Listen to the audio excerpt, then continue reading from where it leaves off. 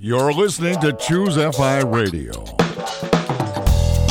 The blueprint for financial independence lives here.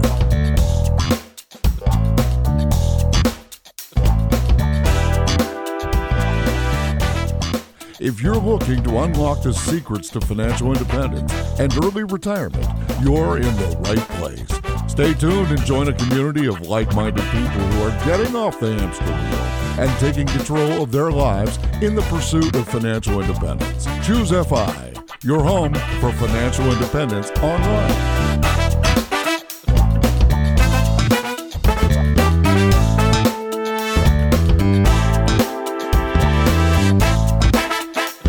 All right, guys, super excited to dive into this week's episode. We are going to be speaking with Lisa Duke, a member of the financial independence community and a financial coach. What's really interesting about this is we met her for the first time at FinCon, and then very recently, we actually got a message from Brian Eufinger telling us how impressed he was both with her story and her journey to financial independence, her approach at coaching and mindset, but also just some stuff that she's actually executing on in their local area of Georgia with regards to VRBOs and vacation rental properties. Just really her story runs the gamut, and I think there's going to be a lot of actionable content here for our audience. And to help me with this, I have my co-host Brad here with me today. How you doing, buddy? Hey, Jonathan, I'm doing quite well. And yeah, this should be a great episode. Like you said, we met Lisa at FinCon last year, and I actually spent Camp FI down in Florida with her this January. And she just has an absolutely infectious energy. She's incredibly intelligent, just has a wealth of knowledge, and is the perfect person for the podcast. So, of course, we wanted to have her on. And then to get a message from Brian like that saying,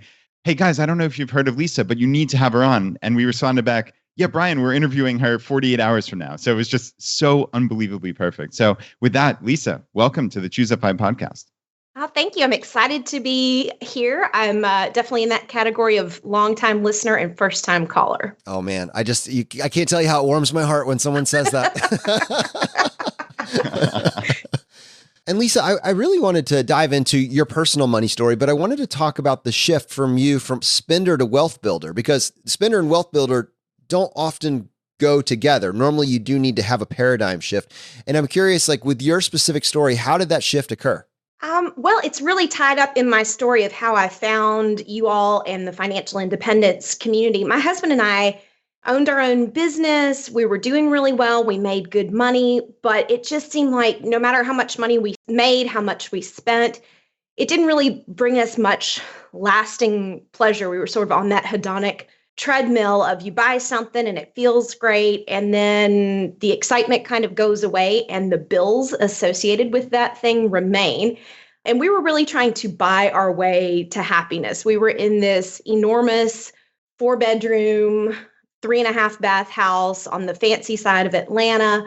We had a vacation house because a colleague of my husband's said that would fix my husband. He was in a little bit of a slump. So clearly we needed a vacation home. And then we also had an SUV because once a year we have to take the dog to the vet. I don't know why we thought the dog couldn't fit in a car. He fits in the car just fine now. And then the biggest thing we had was a fancy truck. It had not just a heated steering wheel, but the steering wheel was also air conditioned. So you could have cattle in the back and heads of state in the front, right? Exactly. Business in the front, party in the back. The mullet of vehicles. Write that down, Brad. Write that down. Oh, that's amazing. Best quote ever on ChooseFI. Yeah, so we had all of this stuff and we weren't unhappy, but we just weren't satisfied. We didn't really feel like we were making any progress in life. We had been working at the business. And then, of course, we had this huge slump in 2008 with the economy. I just kind of got to a point where I thought, I don't know what the point of all of this is. My husband, right around that time, transitioned to, we still have our IT consulting business as our side hustle, but he went to be a direct employee with our biggest client, and he was commuting across Atlanta every day. He does not do well with road rage. So I think Atlanta is in a perpetual state of road rage. We are. The traffic is insane. Although I'm kind of to the point where I'm embracing it. if the traffic is bad enough, then people have to move in town. And I think that, plus we've got a Beltline project that's kind of a walking trail. I think it's really sort of revitalizing that inner core of the city. So I've kind of tried to make peace with the traffic, but he does not. He says that's where I get all my rage out. I'm like, I'm not sure we want all of your rage to get out. He's English. Like, aren't you supposed to keep that in and just stuff it down and, stiff up all of that? So we kind of, threw up our hands and said, if we're not going to win this game, then we don't want to play. So we moved across Atlanta to the unfashionable, which is also the affordable side of town. We got rid of the SUV. We got rid of the truck. He's still kind of upset about the truck, if I'm being honest. Yeah, the steering wheel had air conditioning. Exactly. It also had a name. Its name was Lord Truckington. Well, he's English.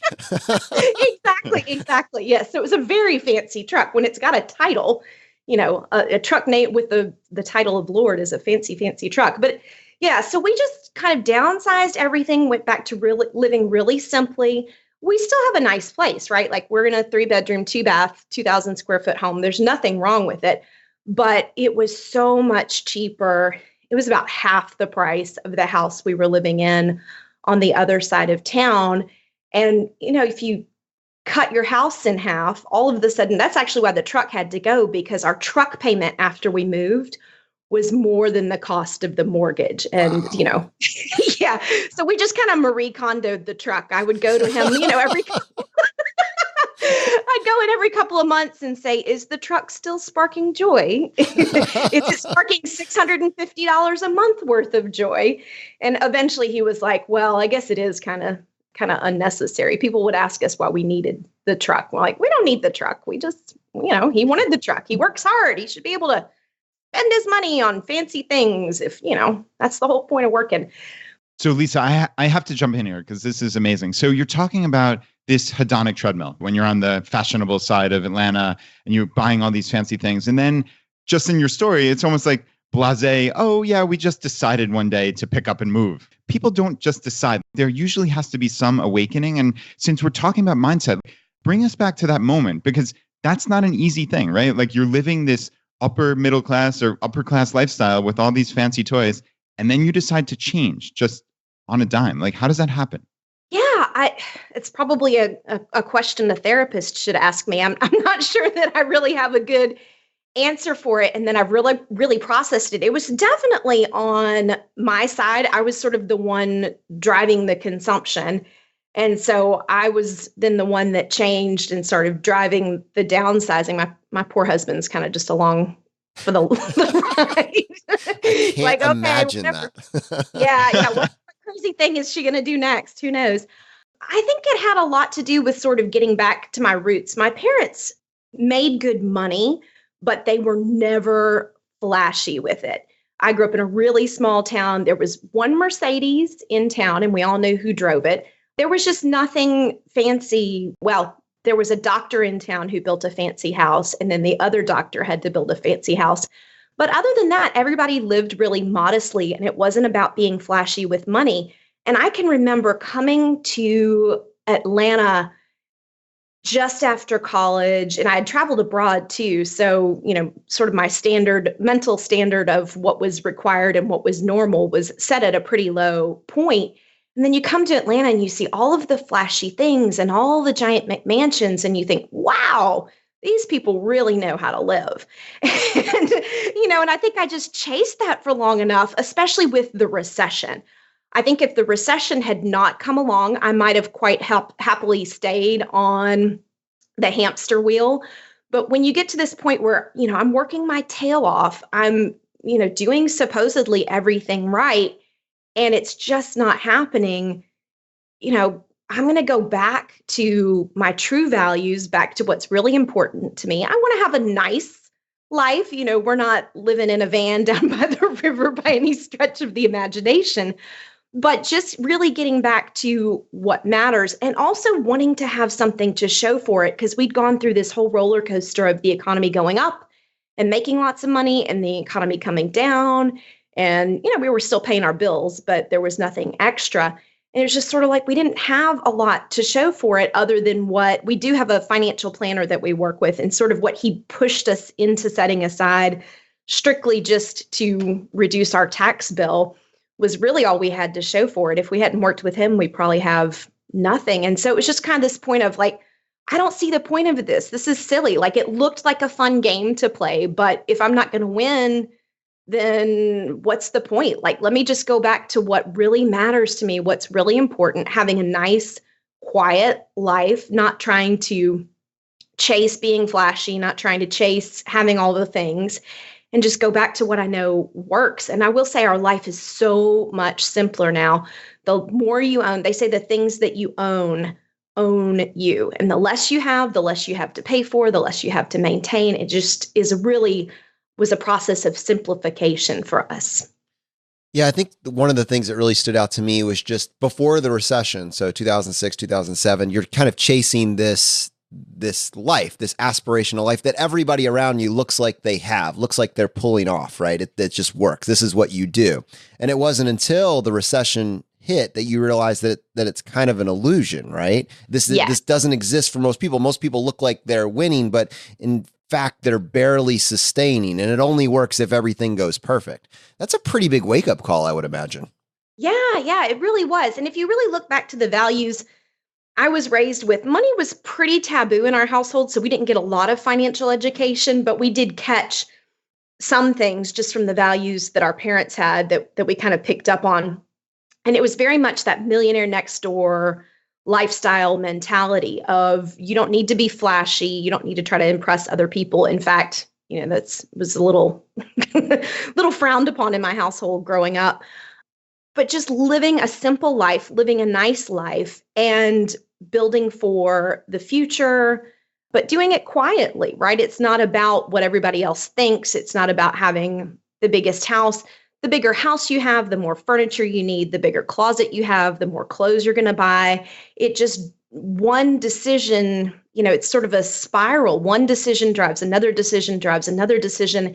And before you know it, you're just in this sort of mindless consumption habit, and you have to keep working to maintain it. And I find it's not ultimately fulfilling at all. Yeah, I completely hear you, Lisa. And I'm curious more about this transition that you've undertaken. Obviously, you downsize the house, the fancy car with the air-conditioned steering wheel is gone. Like, that's a big deal, obviously. But it sounds like, especially you're talking about Marie Kondo and downsizing, right? Like, what else have you done other than those two major items? Like, what does your life look like on that micro level? Well, we also have a second home, which we were at a conference, and a colleague of my husband's, my husband was saying, I'm in a little bit of a slump. My energy is not where it used to be. And so this colleague of my husband had said, oh, well, we bought a mountain house, and I go there on the weekend, and I really get away from it all. And that just, completely fixed me. My husband came back and he said, well, I don't think I need a mountain house, but a lake house would be nice. And so, I'm action oriented. I'm get it done right now. And so we went on Google, and the closest lakes around Atlanta are Alatoona and Lanier, but they are super expensive. And so I sort of started zooming out on the map, and we found Weiss Lake, which is just across the border in Alabama. And so we ended up buying the vacation house there, and it does work. We don't have a TV, which I think is part of the magic. We joke that my husband says it may not really be that time slows down. It might just be that you're so bored. It feels like the weekend lasts way too long. But it really does. It gives us an opportunity to get away from it all. There's something about the human psyche that really likes looking at water. And so it's just very soothing, very relaxing. And the obvious thing to do as part of this whole downsizing is like, well, we don't need two houses. We only get over there every couple of weekends. We should sell it. But I didn't really want to sell it, right? It's a lake house. It's awesome. And so the compromise was we started doing short-term vacation rentals through Home Away, which on the back end is the same company now as VRBO. So you can find it on either site. I thought it was going to be a lot of work in terms of getting it marketed. I had made flyers and was taking them to the local coffee shop and, expecting to put a lot of effort into it. But since that marketplace is already there, I also didn't think anybody knew where Weiss Lake was, but it turns out there's enough people coming through that either want to go fishing for a weekend, they do some fishing tournaments. Also, people that are going maybe to a wedding in the area. We're pretty close to Berry College in Rome, Georgia, and I don't think they have enough housing there when people come in for graduation. So we've had people rent at our place, and it's kind of their little vacation lake house getaway while they're close enough to go to things at Berry. And so it's really taken off. I do get it professionally deep cleaned once a month, but a lot of times I'll just go over for the day and kind of turn it on my own, or we'll go for the weekend. And then when we're done, we'll, take everything out of the refrigerator, strip the beds, and get it ready for guests coming in the future. So it's really not been too much of an additional workload once we kind of got in the habit of it. And so it was a way to take something we already had and turn it really from a liability into an asset. So I'm all about that. Anytime you have something spare, is there a way to monetize the extras that you have that you do want to hang on to? So Lisa, talk me through that initial moment when you actually try to turn this into a short-term rental. So, okay, you've got this house that you guys use as your second home, right? Your vacation home. So presumably it's furnished, it has all your things in it. And now you're deciding, hey, I want to put this on VRBO. What does the stepwise process look like for that? Because I think Jonathan and I are always trying to get across like actionable content.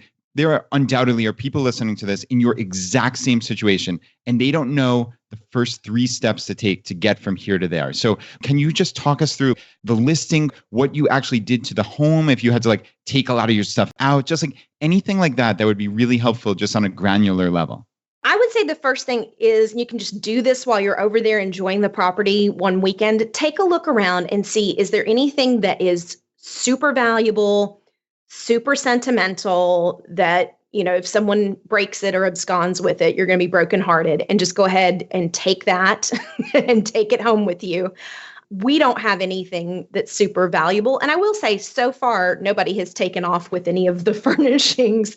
But if you have, your great grandmother's quilt or anything like that, that's super sentimental, go ahead, take anything out that you'd be heartbroken if it gets damaged or destroyed. We did purchase extra linens, so extra towels, extra sheets, so that we have enough to rotate out. And, if something happens while people are there, they have spares.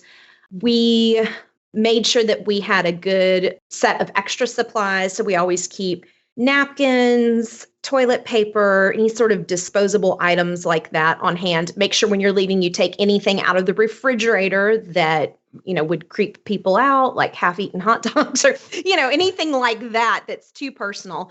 And then I leave the things that I'm happy to share, like, ketchup and sugar and things like that, so that people have some of those immediate things. So really just taking anything that would either creep out a guest or you would be heartbroken if you lost it, and then take really good pictures. We have a friend who has a drone, and they actually came to the lake house for the weekend one time, just really for fun.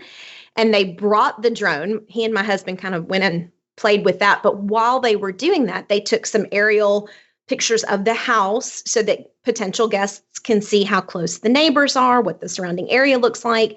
And we also got sort of upstream and downstream pictures of the water, so you can sort of see what that part of the lake looks like, what the neighborhood is like. And then really good pictures of the interior. You need pictures of the bedrooms, the bathrooms, the kitchen, any features that are going to really bring in guests, anything that makes your house really unique.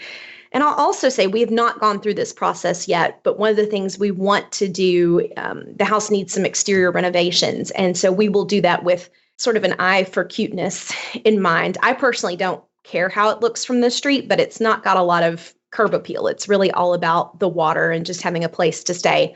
But when we do renovate it, we're going to try to add some onto the exterior, add some shutters and expand the porch, and just do some things that'll make it look cute for resale value and then also for the listing itself. So that's in terms of getting the house itself ready. That's where I would start. Awesome. I have a couple follow-up questions, just kind of about like the numbers. When I think of a lake house, or maybe here, on the East Coast, a beach house, I think of the properties on the very, very low end, starting around 300,000, and you could spend several million if you really wanted to. And while in your case, you said, and you made an awesome point, we took a liability and we turned it into an asset. Many people may be looking to see whether or not this is a viable model for them. And I'm curious. While in my mind, those numbers are accurate, I know Georgia, there is massive variability in property prices. And what were you finding in terms of lake house properties in Alabama? I mean, what does it cost to get a lake house? And it definitely depends how close you are to a big city and how fancy the property itself is. So we paid, I believe it was $125, and it's 2-bedroom, 2-bath. We have invested additional money into it. We rebuilt the dock primarily for safety reasons. We came back one day and the neighbor had told their guests that they could tie up to the dock. And we're like, no, that thing's dangerous. So we thought, well, from a liability perspective, we probably need to get that redone.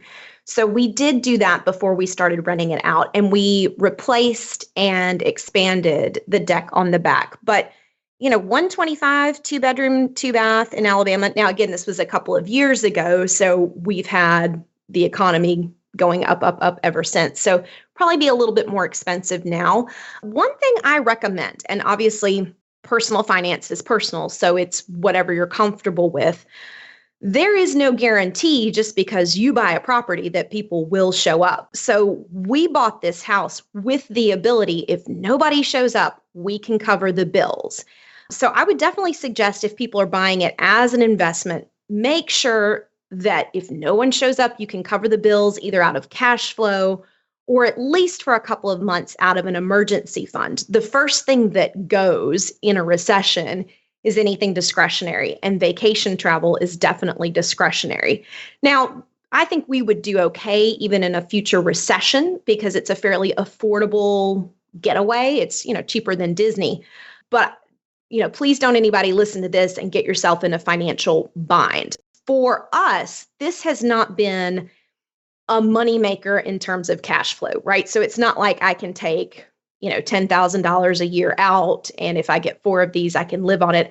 I've never been able to write myself a check out of the business. So it's possible if you had a different property, if it were more optimized, if you turned it faster between guests, you might be able to squeeze some cash out of it. But for us, it was really just being able to, like we said, kind of turn it from a liability into an asset. So the rental income now pays the mortgage and all of the bills, all of the utility bills, which will go up a little bit. When people are not paying the electricity bill, they go crazy with the air conditioning and leave all the doors open.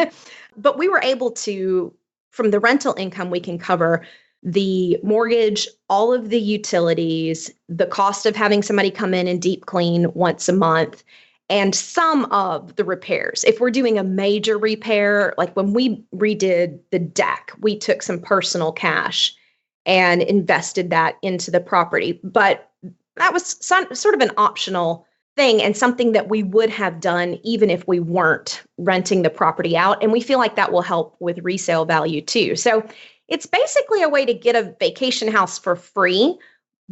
But I would say people need to have the cash on hand, either cash flow or savings, to be prepared in case it doesn't run out, in case there's a downturn in the economy, or in case it needs major repairs. Just like you do with your regular house, you need to be prepared to pay for things around the house, regardless of what else is going on in life.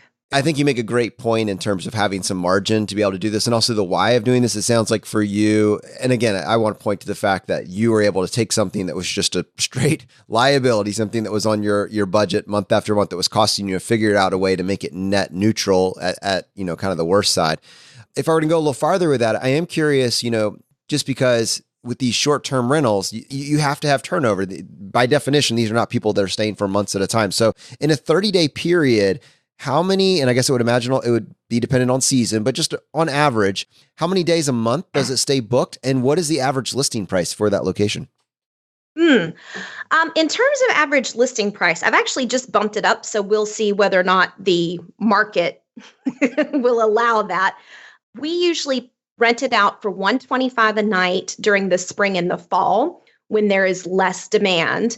And then, because kids are in school, so people are not taking vacations, but there are people fishing or maybe retirees that want to get away. So $125 a night during the spring and the fall. We've just bumped it up to $150 a night during the summer and $175 a night for holiday weekends. So we will see if it rents out at that price. I believe last year over the summer, I did $135 during the summer and $150 for holidays, and we didn't have any problem renting it out. Typically people stay, this is America. We work all the time. We don't get a lot of vacation.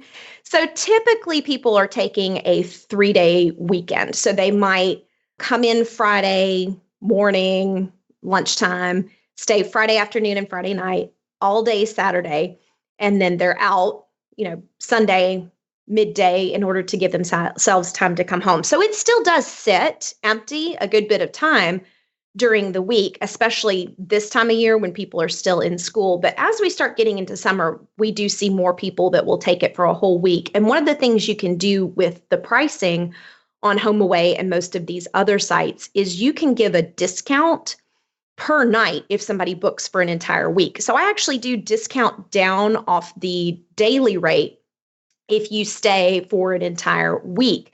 Because for me, it's about the same amount of work to turn it if somebody has been there for 2 nights as it is to turn it if somebody's been there for a whole week. But obviously, it's a lot more profitable for me if they stay for the week. So it's worth it to me to give a discount to try to incent some of those week-long renters. You also have the option to discount if somebody stays more than 30 days. And I actually don't do that because I don't want people to stay for a month. I want them to come, have their vacation, and then go away so that I can use it myself some over the summer.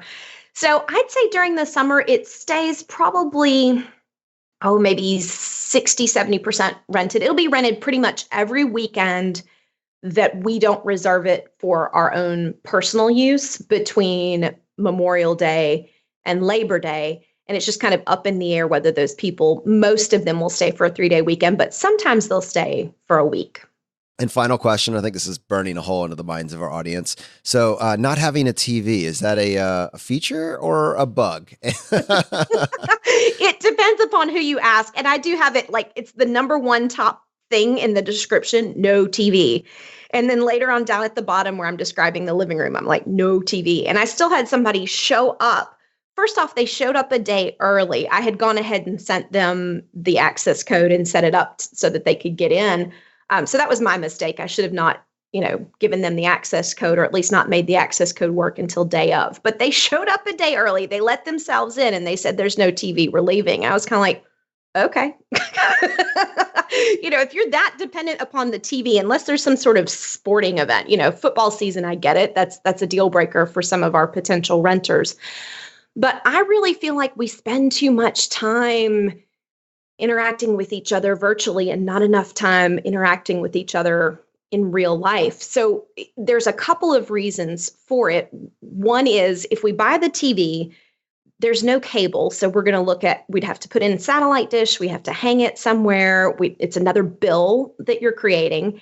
And then just the way the house is configured, there's not a really good place physically to put it where people could sit and look at it. And then on top of that, it sucks up all of your time. And when you don't have the TV, now we do have pretty good high-speed internet, especially given where we are.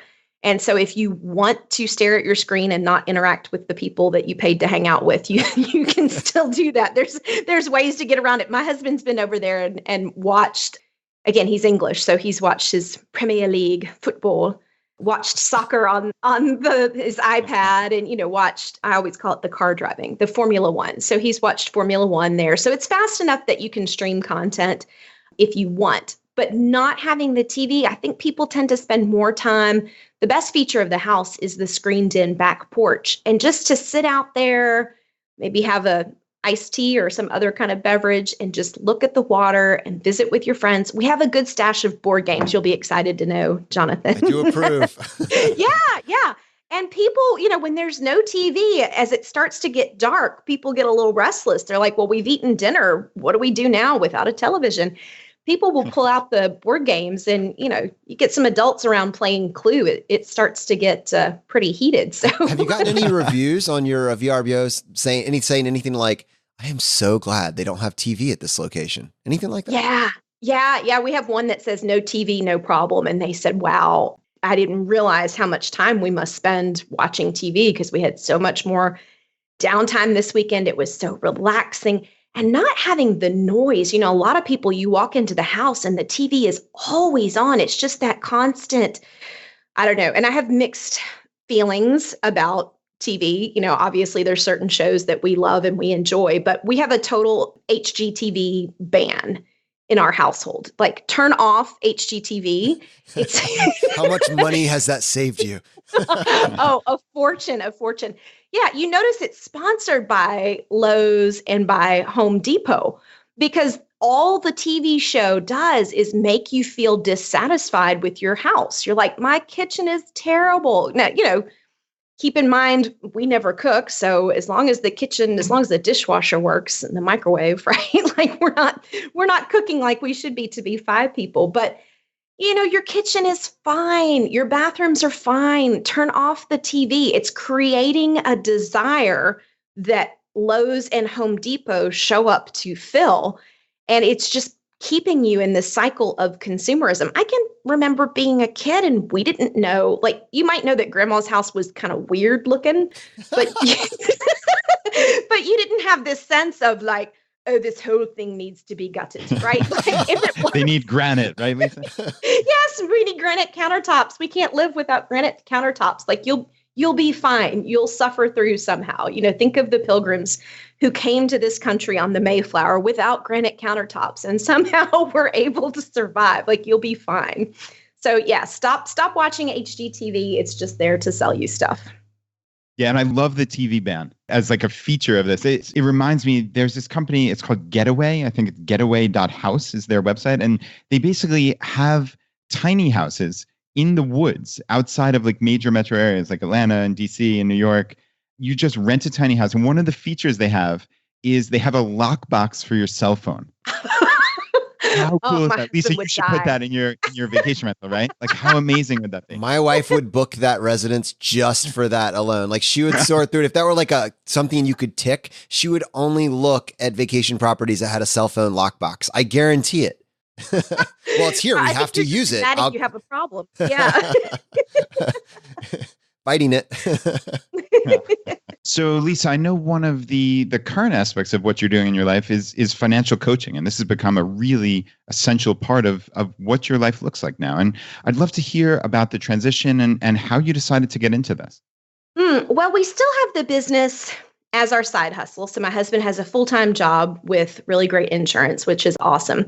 That was our biggest client. Now, they went through a whole thing trying to interview people and went through several rounds. And finally he went in and he said, do you want me to continue to help you and just to pay me differently? And they said, yeah. So we have that business coming in that's just paid differently. We still have the IT consulting business, but part of what came out of all of that downsizing was obviously I had some free time. The IT consulting business, as it transitions from full-time to part-time, that left me with some time on my own. And I really was trying to figure out, what do I want to do with that time? We don't have kids, and stay-at-home dog mom, it turns out, is not a thing. So I wanted to do something where I could give back and where I could pass on what we had learned. And so that's really when I started looking at opportunities in the financial world to help people. But I wasn't as interested in the investing part. I feel like once you have money, people sort of come out of the woodwork for, some with good intentions, some maybe not so much, but people kind of come out of the woodwork and they want to help you do things with that money. The real challenge most people face is, how do I get to the point where I have money? And that's the part that really fascinates me. So, Lisa, I actually want to explore that a little bit further. A lot of people in our community are hardcore DIYers, and I certainly identify with that to some varying degree, as does Brad. But there are things that we rely on other people for help with. It's not that you never get help with anything. And in fact, there are people in our community that are trying to figure out how to bridge that. Where do I go to find a trusted resource for help with something that I'm just not comfortable doing? And I'm curious, with all the different types of advice and coaching and planners that are out there, how would you recommend that someone sift through that to find the right person if they themselves feel like they need help? Gotcha. Okay. Well, I think the first place to look is sort of what time period are you looking for help with? And I'm completely stealing this idea from Kelsa Dickey at Financial Fitness Phoenix. She always explains the difference between a CPA, a coach, and a planner or advisor in terms of the time scale. So a CPA is very helpful in terms of looking back historically. What did you do over the last year? How did it go? How do we report that to the IRS? Some CPAs will do more than that. They do help you with future planning, business planning strategy, but their primary function is that accounting, looking in the rearview mirror to make sure that you have a good understanding of where you were. A planner or advisor is primarily focused on long-term planning. How do we get set for retirement? How do we invest for children's college? And some of them will do help with saving and budgeting and investing, but really they don't get paid if they are an advisor unless you invest with them. If they're a fee-only planner, they can more go in the direction you want to go because they're paying for your time. But their primary focus is always going to be on the future with more of an eye towards investing. A coach is different because a coach tends to be more focused on the here and now. So what behavior are you engaging in, often unconsciously, that might be sabotaging your efforts? So some coaches are very sort of grounded and tactical. Let's work on your budget. Let's look at your spending. And some are a little bit more on the woo-woo mindset side, where it's, more about sort of discovering your values and discovering your mindsets.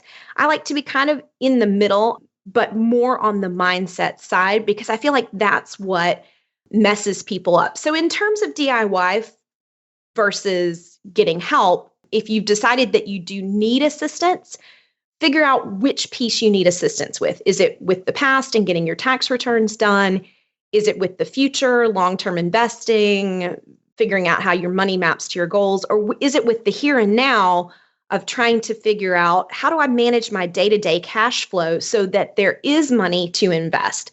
And how do I see if there's anything in my own mind that might be holding me back on the earning side or might be causing me to sabotage my own efforts? One of the common threads or themes that we see when someone is getting started on their journey to financial independence, or frankly, just getting to debt free, starting to pay off their debt, it always starts with tracking their finances. And I think it's easy for, potentially even me and Brad to take it for granted that, well, you just need to track how much you make and how much you spend, right? So easy, just do it. But people struggle with that.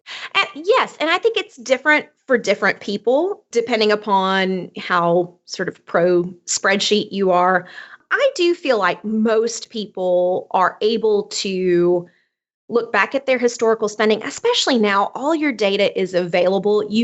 Most people know their day-to-day expenses. They know how much my rent or my mortgage is, roughly how much my utilities are. They have a pretty good understanding about what I'm spending on a day-to-day basis in terms of shopping and things like that. Maybe not in individual categories, but at least on the whole, right? Because it's everything left. After I pay the have-tos, everything left is in that other category. What tends to mess people up are the big annual expenses. I personally use You Need a Budget. And what I did when I was getting started with that is I looked at my past spending and figured out what I had been spending, used that as a basis for the budget. I plugged that into You Need a Budget, which has a website, and then there's also a mobile app.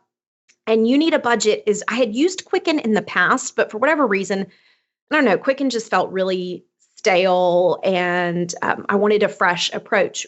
YNAB, You Need a Budget, is really good about helping you with those sinking funds. So I have at the top all of my regular bills, all of my spending. And then there's a section at the bottom where I put things like a big insurance bill that comes up once a year, vacation, any of those big expenses that you need to divide by 12 and start building towards. And for whatever reason, for me, it works so much better than the saving goals in Quicken used to work. For whatever reason, they had no power over me, but something about the way YNAB is laid out, I see those categories and I see possible tax bill in March and now it's September and it says 0. And I'm like, oh God, I really have to focus on that. So using that tool has helped us. We have had more cash in our checking account from using that than we've ever had before. And just that right there helps cushion you from a lot of the ups and downs. So if I'm saving towards a big insurance bill in September, but, I need new tires, I can kind of dip into that and pay myself back. So it's a good starting place for somebody that's never gotten control over their spending and never been able to build up an emergency fund to start working towards some of that and get a handle on their day-to-day spending. Hey, Lisa, so I want to dive into this a little bit. You talked about mindset, and you've talked about that throughout the episode, how important it is. And I mean, you've undergone a significant mindset change in your own life, both personally, but in your profession as well. And you've gone from an employee to an entrepreneur. And I'd love to hear about your journey and how it's informed you, maybe to help your own clients. Absolutely. And I actually do a lot of startup coaching. I think everybody should have a side hustle, even if you don't make any money at it. I feel like the mindset benefits are huge because when you own your own business, you start to think about where does the money come from and where does the money go? And then if you take that back into your day job and you think, how does my company make money and what does it spend money on? If there's a way, even if it's a little outside of your role, to impact either of those numbers for a business, you will be very, very popular as an employee. If you can, come from IT and say, hey, I noticed we're not doing anything to gather leads off the website. I know, Mr. IT Director, this is a little outside of my normal role, but do you think it would be appropriate for me to talk to marketing or talk to sales and see if that might be helpful to them? If you can do something that helps bring in more money or helps cut expenses, you're going to be way more popular at work. You're going to be the last one to get laid off in a recession because they see that you're not just there for a paycheck. You're really helping drive the business. So I feel like that entrepreneurial mindset, first off, the best way to develop it is by doing a lot of reading, a lot of hanging out with people that have done what you want to do, whether it's in reality or virtually, podcasts and blogs, but really soaking in that mindset and then applying it into the rest of your life is so valuable. That's amazing. There's so much there that I hope our audience grasps just in that soundbite. When you can apply an entrepreneurial mindset to your position as an employee, you become irreplaceable. And when that happens, you get to set the parameters of your job, of your work. You get to you basically get to focus on the parts of your job that light you up and get rid of the aspects that burn you out, essentially making you enjoy your job more. I mean, that's ultimately what this comes down to. And so many people just look at their current roles and responsibility list and kind of limit themselves to how can I do the bare minimum here and never even think about what you just expressed. There's so much power in grasping onto that idea. I think when you try to bring those two together, I think what it comes down to is value. What is it that you actually value? And if you're just buying everything, you're never forced to really think about that, which kind of puts you on that hedonic treadmill that you referenced. How do you bridge the gap between mindset and, the actionable step of making a budget? Well, I really suggest people do start with their values. If you ask most people, what's the most important thing in your life? If they have kids, they'll say kids. You say, okay, great. So your kids are 10 and 12. How much do you have saved for college? And they're like, whoa, I don't value them that much. And not that I don't value them more than a trip to Target. What are we talking about here? Not that you have to pay for your kids' college, but if that's important to you and that is a value for you, you need to put money towards the things that matter to you most first, and then adapt your spending to that. So instead of saying, I will save for retirement when I have extra money, I will save for the kids' college when I have extra money, I'll just tell you, if you're a natural spender like my husband and I are, there is no such thing as extra money. It doesn't matter how much you have coming in. You can always outspend your ability to earn. You even see celebrities that do this. They have these crazy lavish lifestyles. They're making tons of money, but it doesn't matter how much you make. It's really how much you spend. So put your values first. If kids' college is important to you, if retirement is important to you, if a family vacation once a year is important to you, put that first. And if you get to the point where, I've put money towards all the things that really matter, and now I can't afford my mortgage payment.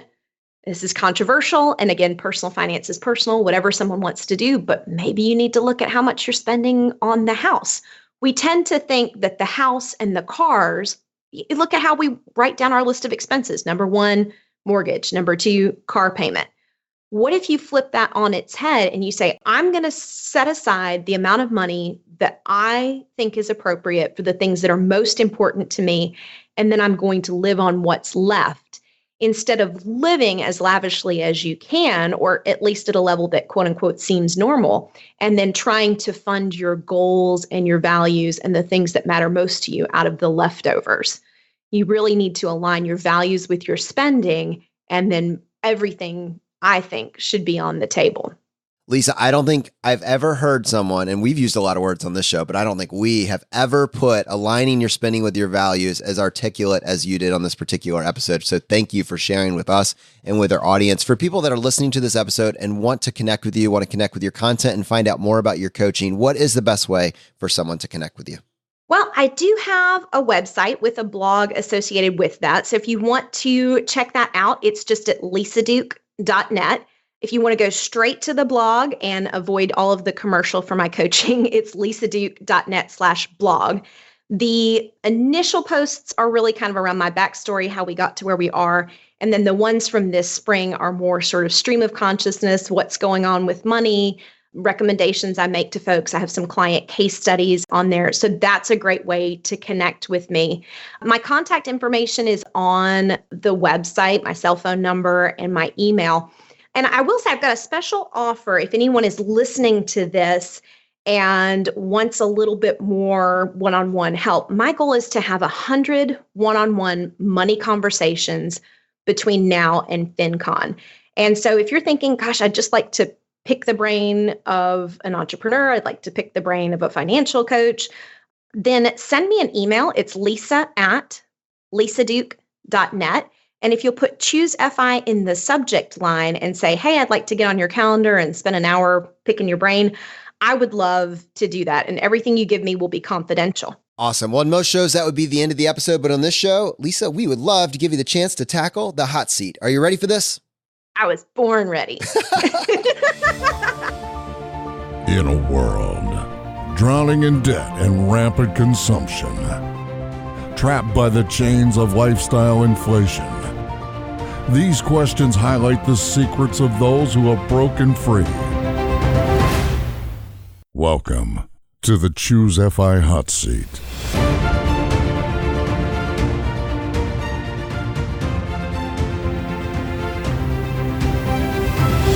All right, Lisa, question number 1, your favorite blog that's not your own. Bitches Get Riches. I don't know if we can say that this is a family show, but it's two ladies. They go by the pen names of Piggy and Kitty. They're so funny and they're such just tough chicks and they give such great advice. There's a lot around finances, but it tends to go into other things as well, career advice for folks that are in the working world. And they just crack me up. So I think that's a great place to check out if you like funny money conversations.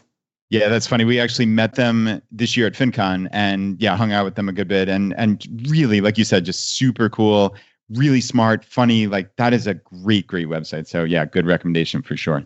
All right. Question number 2, your favorite article of all time. I want to give a shout out to Josh Overmeyer. I met him at Camp FI down in Florida, and he's got one. This is going to be a little controversial because I know we have a lot of craft beer fans in the listening audience, but he has a post called Drank the Emergency Fund. And I just think about how much money we spent in our 20s on going out and bar hopping, on bottles of liquor. And, again, everything is choices. So if you're making a conscious choice to get a 6-pack of craft beer to share with your friends, I have no problem with that. But as with everything, it's about being intentional and making some deliberate choices. And I haven't seen anybody else in the financial independence community poke that hornet's nest of think about how much money goes into alcohol. So I just think it's a neat take on money that I haven't seen anywhere else. Yeah, I hear you, Lisa. And what's actually really funny is I had a meetup in Naples, Florida, just a couple of weeks ago with Josh and a couple other members of the local. Did you enjoy some craft beer? We actually did, which is so ironic. No, Josh is fantastic. I've hung out with him in the state of Florida 3 times in the last 6 months, which is just absolutely hilarious. And I didn't realize it until he mentioned it. But yeah, super great guy. And yeah, he blogs at joshovermeyer.com, right? Yeah. Mm-hmm. All right, question number 3, your favorite life hack. Oh, downsizing. And I know I've talked about that a lot. Yeah, you Marie Kondoed your truck. Yes, Marie Kondoed the truck that had the air-conditioned steering wheel. Lord Truckles? No, that wasn't it. Lord Truckington the first. Like Game of Thrones, right? Lord Truckington first of his name. But downsizing, when we downsized the house and the mortgage payment got smaller, that's what made the truck payment look funny in comparison. The truck payment seemed totally appropriate when we were in the more expensive house. So downsize the house, it saves you money on not just the mortgage, but your insurance, your utilities, the amount of money you put into furniture, the amount of money you put into everything. And then it also makes everything else look a little more lavish in comparison once you've downsized your house. All right, Lisa, question number 4, your biggest financial mistake. Ooh, financial mistake, just from a purely financial perspective, it would be joining a network marketing company, which I do not recommend. Of course, everybody's opinion is different, especially when they're in the midst of trying to work within a network marketing company. They tend to be real in favor of it for that time period. But I had a really good corporate job and I was not happy and I wanted to do something more entrepreneurial. And in theory, going from corporate to network marketing to your own business is a good transition, but it tends to be very expensive. I was in the top 2% of the company. I earned the use of 2 company cars. I was at a very high level and I still was making peanuts, and everything I made went back either into product, into conferences, into training. So it was great from a mindset perspective, but I think if I had stayed in my corporate job and maybe gone to like a Tony Robbins conference and, hired an entrepreneur to coach me, I probably would have come out ahead financially.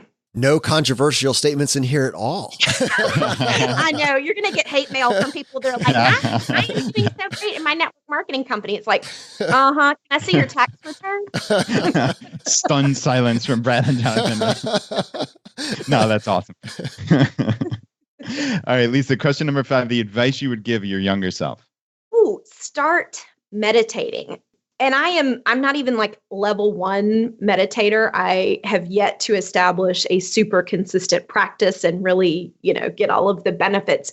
But just from tinkering with it, I find that it really helps me be more calm, less emotionally reactive, less scattered. So I'm still very much in the beginning phase, but I think meditation is huge. And you've been meditating as well, Brad, haven't you? I think I've heard you talk about it. Yeah, definitely. I have been meditating similar to you. I get into a practice and then I kind of don't do it every day, but I find just so much more relaxed and calm and just have that little perspective on days that I do it, which begs the question, hey, Bozo, why don't you do it every single day, right? But it's just getting into the habit of doing it every morning. So I use the Headspace app. I've used the app Calm as well. I generally prefer Headspace slightly more. But yeah, they're both wonderful. And I'm not even at level 1. Like, I don't know that's necessarily how I look at it. It's almost like being a little too hard on yourself. It's just about creating that space, taking deep breaths, and just relaxing and getting away from the constant notifications on your phone and your computer. And your They're really TV. I know a property in Yeah. Georgia that you could go for like 3 days, no TV allowed, and a new cell phone box is being added. Love the features. Love the features. Hey, Lisa, we have a bonus question for you. What purchase have you made over the past 12 months that has brought the most value to your life?